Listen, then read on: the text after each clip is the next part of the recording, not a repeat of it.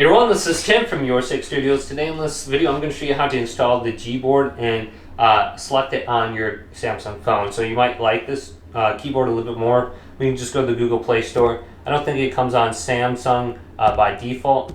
So we want to go to search and just type in Gboard, just like this, get Gboard. Then we can find it right here. Gboard, the Google keyboard, opens up, install it.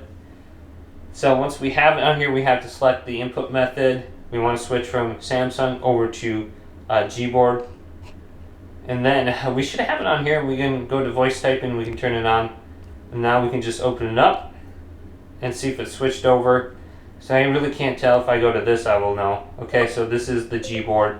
And at any point in time, if you want to switch it back over, just go back to settings right here. And we can go down to general management. I believe it's under there. So let's go on down, general management right here. Then we go to our Gboard and we can see our Gboard settings, okay? So we should be able to switch over under keyboards, okay? So we got default keyboard. We can go back over to Samsung right here if we want selected there. So Gboard or Samsung keyboard. Hopefully this video did indeed help you out.